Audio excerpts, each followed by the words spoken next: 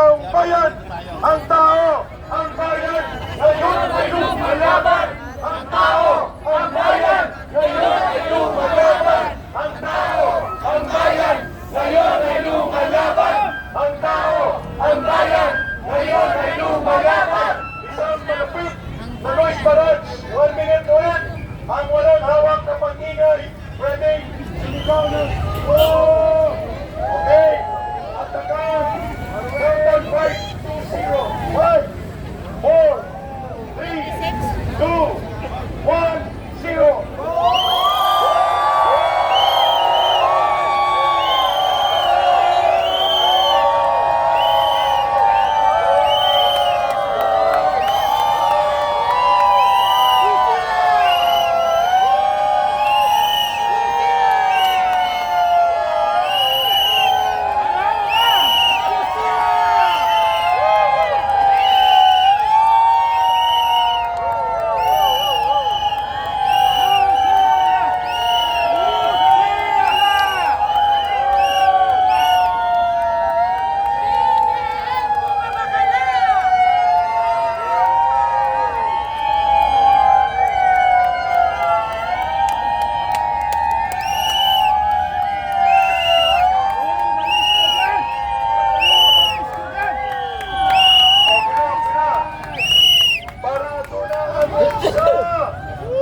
Iwan nyo na ang mga sasakyan nyo doon!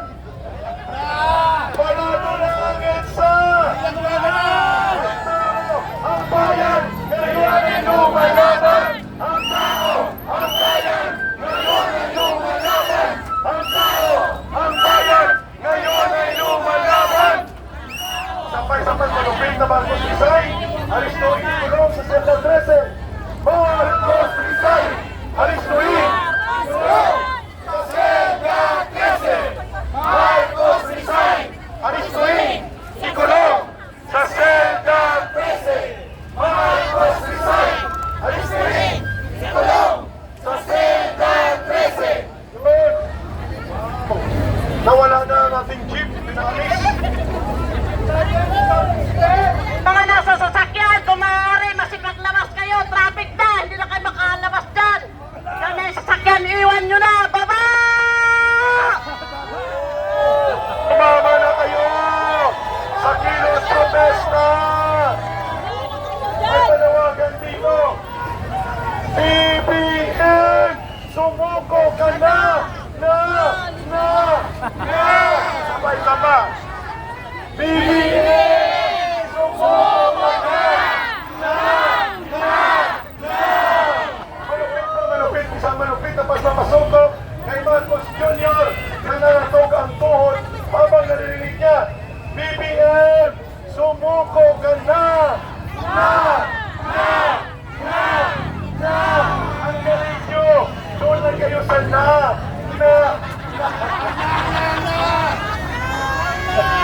Sa akin ang BBM sumuko! Isama! BBM, sumuko ka na!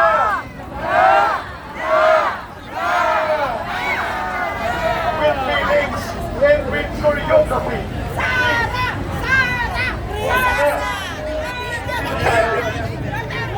Diskaya mo.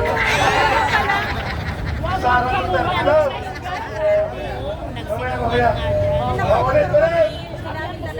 Kung hindi bababa ang presidente na itinurong kriminal, ang mastermind sa sindikato niya ng gobyerno, ang panawagan ng taong bayan, BBM, sumuko ka na!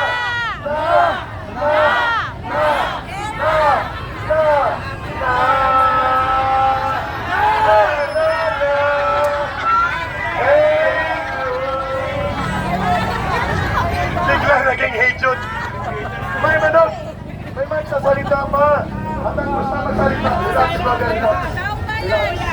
may magsasalita pa. At ibigay natin ang megapon. Dahil siya ay gustong-gusto nang magsalita, ihataw mo na. Ayusin mo buhay mo. Jopay! Bago ako simulan, maraming salamat sa mga tunay na Pilipino na nakikisa para sa isang tunay na pagbabago ng sistema ng ating bansa. Maraming dito para magpasit ng kapayapaan. Maraming salamat po sa inyo. Mga kapulisan, hindi po tayo magkakakalaban.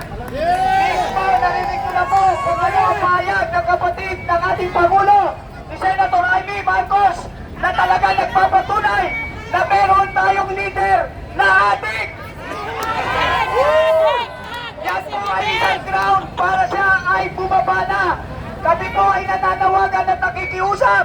Hindi po namin siya nais patalsikin, kundi siya po mismo dapat ay bumaba na. Dahil siya po ay walang karapatang umawag ng bansang Pilipinas.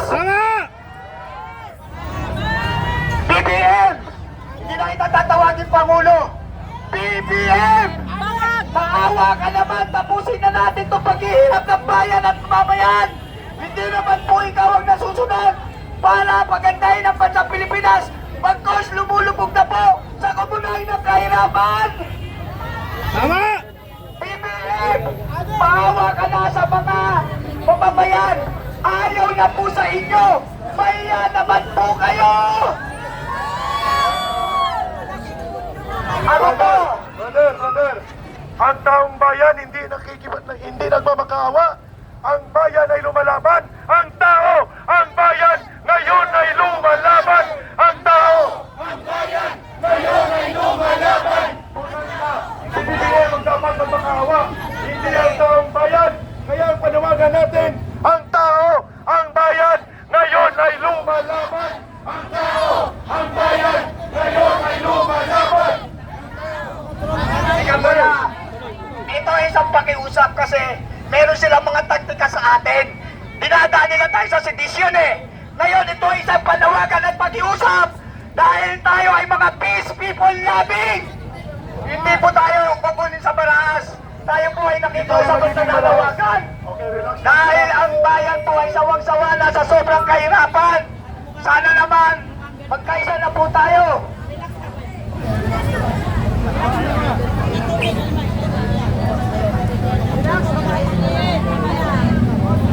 May program tayo dito. Okay, relax lang tayo. Relax lang tayo mga kapatid.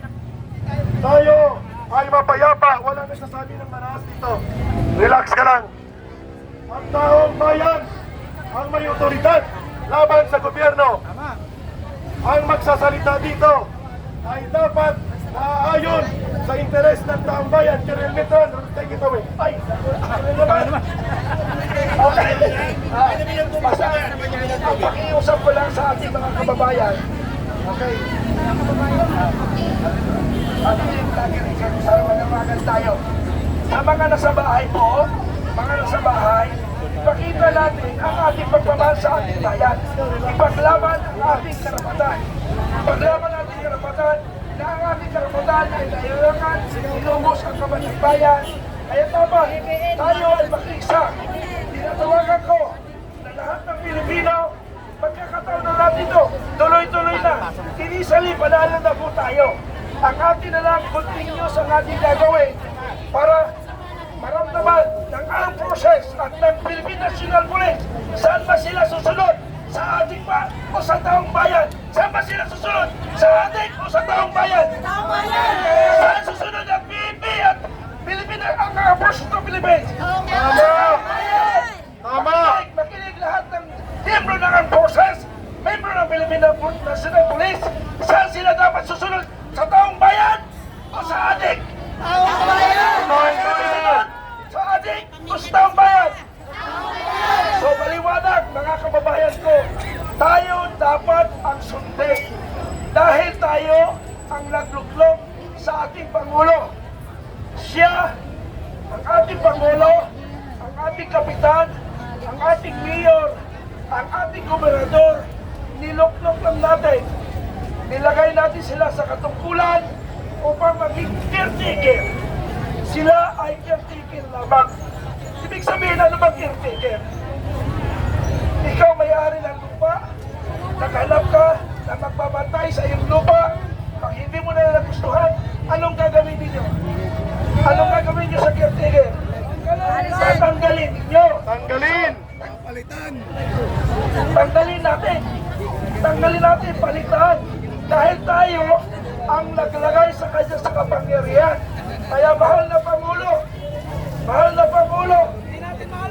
Ay, hindi nyo mahal? Hindi, mahal ko Hindi. na eh. Hindi natin mahal. Ha? Hindi namin Ano mahal. kayo? Hindi mahal ko na eh. So, kaya hindi natin mahal. Pero mas maganda, mahal na Pangulo, yung dinulot mo ng kaguluhan sa Pilipinas, mga kababayan, pakinggan nyo ako. Hindi tayo magkagagulo, hindi tayo ganito, hindi tayo mabagsak ang ekonomiya kung hindi kagagawan ng Pangulo. Sino may kagagawan sa problema nito? Ang Pangulo o ang taong bayan? Taong bayan o Pangulo? Pangulo! Pangulong Marcos, ikaw po ang dahilan ng ating bayan, kaya bumabagsak ang ating ekonomiya. Alam niyo mga kababayan, baka by 2026, at ang OFW ay hindi na mag-remit sa Pilipinas, wala ng pera ang taong bayan.